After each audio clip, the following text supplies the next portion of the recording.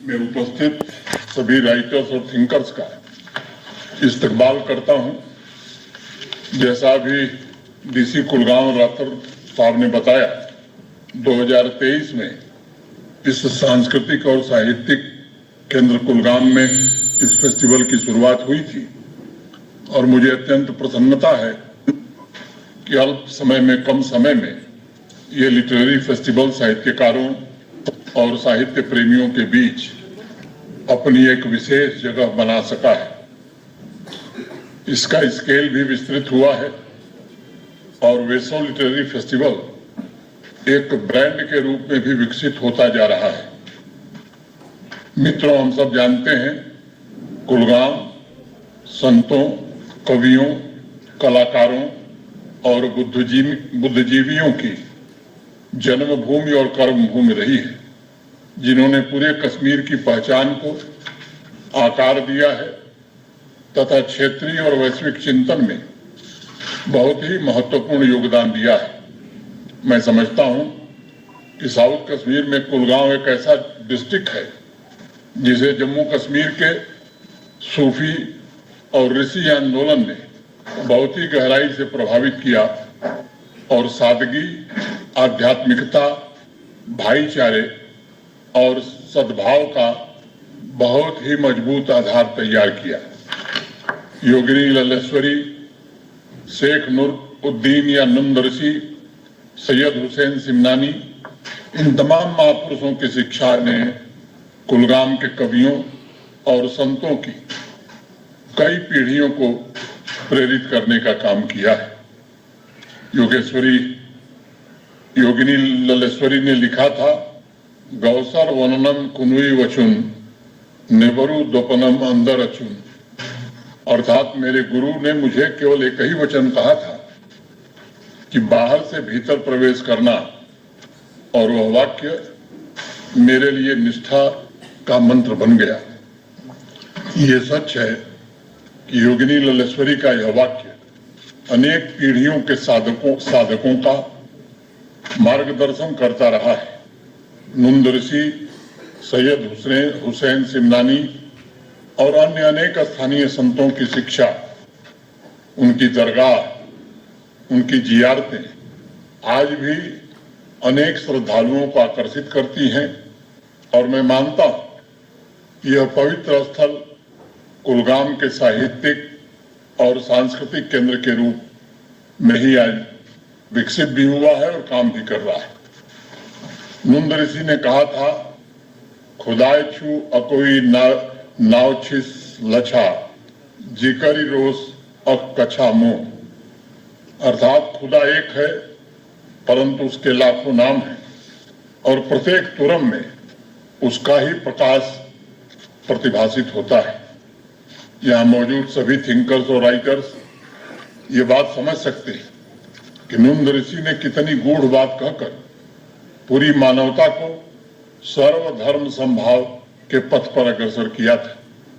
कुलगाम ऐसे समृद्ध आध्यात्मिक परंपरा का केंद्र है।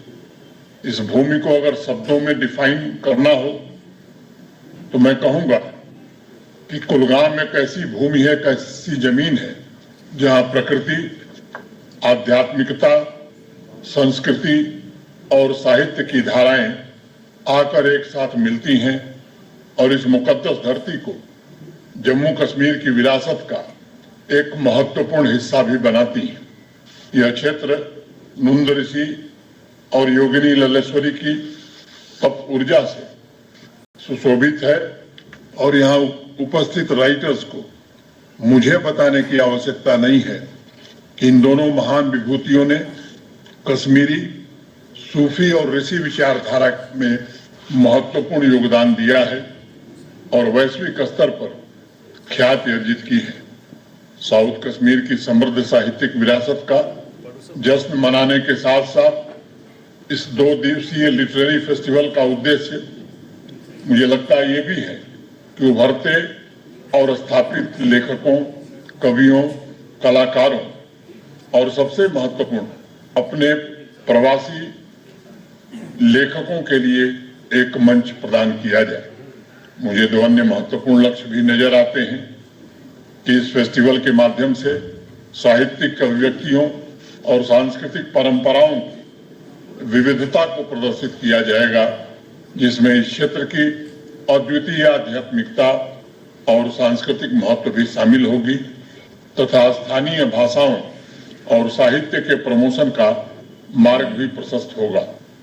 कुलगांव की आवाम, साहित्य प्रेमियों, लेखकों, कवियों, शायरों के सामने एक अन्य लक्ष्य नई पीढ़ी को किताबों और साहित्य से जोड़ना भी है। मैं आए दिन जम्मू कश्मीर के अखबारों में पढ़ता हूं कि बहुत कम उम्र के बच्चे हमारे या किसी छोटी बच्ची ने अपना पहला नॉवेल पब्लिश किया, किसी छोटे बच्चे ने अपने कविता का संग्रह प्रकाशित किया। यह हम सभी के लिए निश्चित रूप से गर्व का विषय है।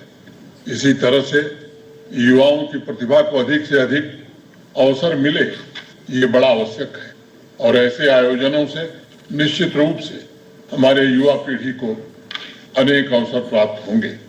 कई बार जब भी कला, साहित्य और संगीत की चर्चा होती है तो लोग पूछते हैं कि साहब बाकी सब तो ठीक है, लेकिन इसका उद्देश्य क्या है?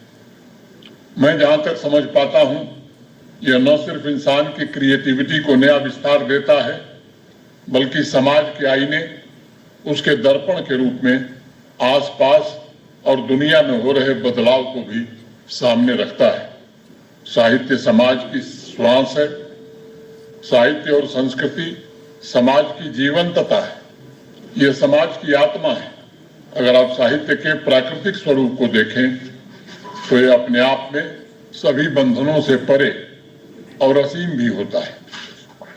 इसलिए यह भी हम कह सकते हैं कि साहित्य दुनिया को आपस में जोड़ने की सबसे मजबूत कड़ी है। साथियों, जम्मू कश्मीर देश के साहित्य और संस्कृति के केंद्र में है, जिसमें विविध धार्मिक और सामाजिक भावनाओं का संगम हमें देखने को मिलता है। आज जरूरत है कि एक बार फिर से आध्यात्मिक, सांस्कृतिक, सामाजिक और भावनात्मक एकता को हम सब मिलकर के मजबूत करें और मुझे लगता है कि यह पवित्र काम राइटर्स और थिंकर्स ज्यादा मजबूती से कर सकते हैं। एक मशहूर शेर है, मैं उसे उद्धृत करना चाहूंगा। कभी साया है, कभी धूप मुकद्दर मेरा, कभी साया है, कभी धूप मुकद्दर मेरा, होता रहता है यूं ही कर्ज बराबर मेरा, टूट जाते हैं कभी मेरे किनारे मुझ में, टूट जाते हैं कभी मेरे किनारे मुझ में, डूब जाता है कभी मुझ में समंदर मेरा। मित्रों, साहित्य के असीम समंदर का कतरा साहित्य के प्रेमियों तक पहुंचे, यह वेसव लिटरेरी फेस्टिवल का एक बड़ा उद्देश्य है।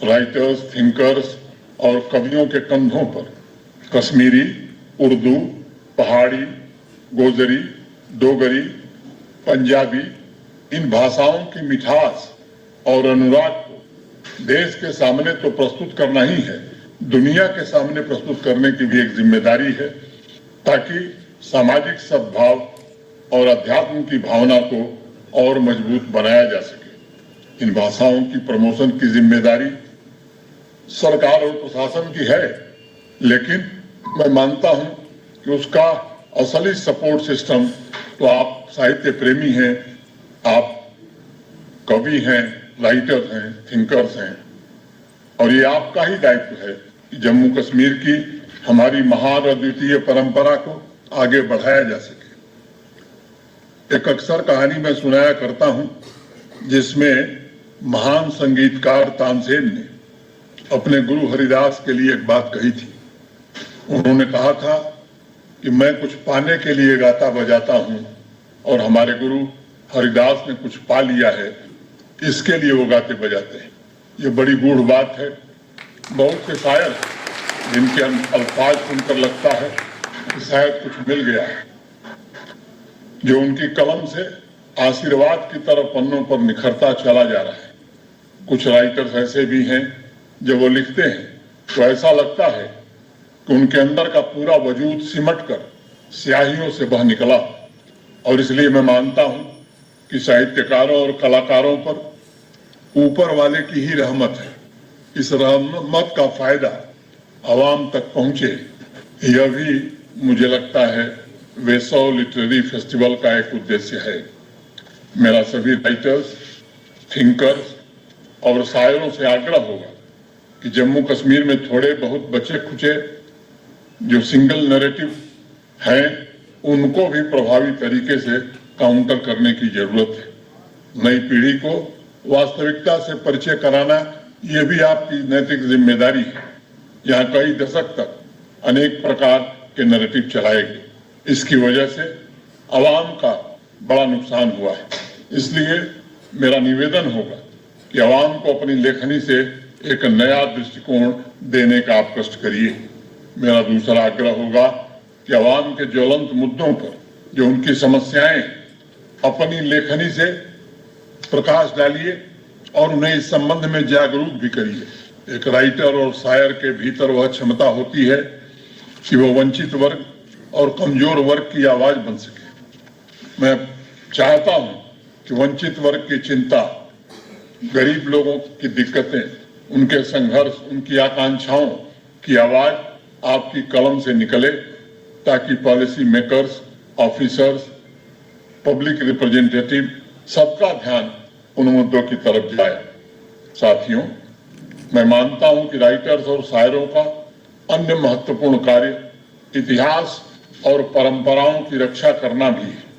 इसलिए मैं चाहूंगा कि लोक कथाओं और लोक गीतों की परंपरा को और समृद्ध बनाया जाए, ताकि आवाम की आने वाली नस्लें इन्हें कभी भुला न सके। मेरा मानना है कि प्रगतिशील एवं जीवंत समाज और आवाम के तीन पावरफुल फोर्स हैं, साइंस, स्पिरिचुअलिटी और लिटरेचर। ये तीनों फोर्सेस, ये तीनों शक्तियां अलग अलग नहीं है, बल्कि एक दूसरे से जुड़ी हुई हैं। और चाहे आवाम की तरक्की हो या फिर व्यक्तिगत विकास हो, इनका कार्य कम्युनिटी में मौजूद रिक्तता को समाप्त करना है। इसलिए आपकी लेखनी आवाम की, आम आदमी की ऊर्जा बन सके, इसका प्रयास होना चाहिए। मित्रों, मैं चाहता था व्यक्तिगत रूप से मैं आपके बीच उपस्थित रहूं। मैंने डीसी साहब को बताया था कि मैं आऊंगा भी, लेकिन तकनीकी खराबी के कारण मैं कुलगाम नहीं उपस्थित हो सका। मुझे आज ही 12 बजे फ्लाइट लेकर कहीं बाहर जाना है, इसलिए मैं आप सबसे क्षमा चाहता हूं कि मैं आपके बीच स्वयं उपस्थित न हो सका। जल्द ही कुलगाम आ सकूं, ऐसा कोई जरूर आयोजन करूंगा। अंत में इस आयोजन से जुड़े सभी साथियों के प्रति मैं हृदय से कृतज्ञता ज्ञापित करता हूं और आप सबको एक बार पुनः वेसव लिटरेरी फेस्टिवल की बहुत बहुत बधाई और शुभकामनाएं देता हूं। चलते चलते एक शेर से अपनी बात खत्म करूंगा कि जब टूटने लगे हौसले तो बस ये याद रखना, जब टूटने लगे हौसले तो बस ये याद रखना, बिना मेहनत के हासिल तख्तो ताज नहीं होते। ढूंढ लेना अंधेरों में मंजिल अपनी, ढूंढ लेना अंधेरों में मंजिल अपनी, जुगनू कभी रोशनी के मोहताज नहीं होते, जुगनू कभी रोशनी के मोहताज नहीं होते। बहुत बहुत धन्यवाद। जय हिंद, जय भारत।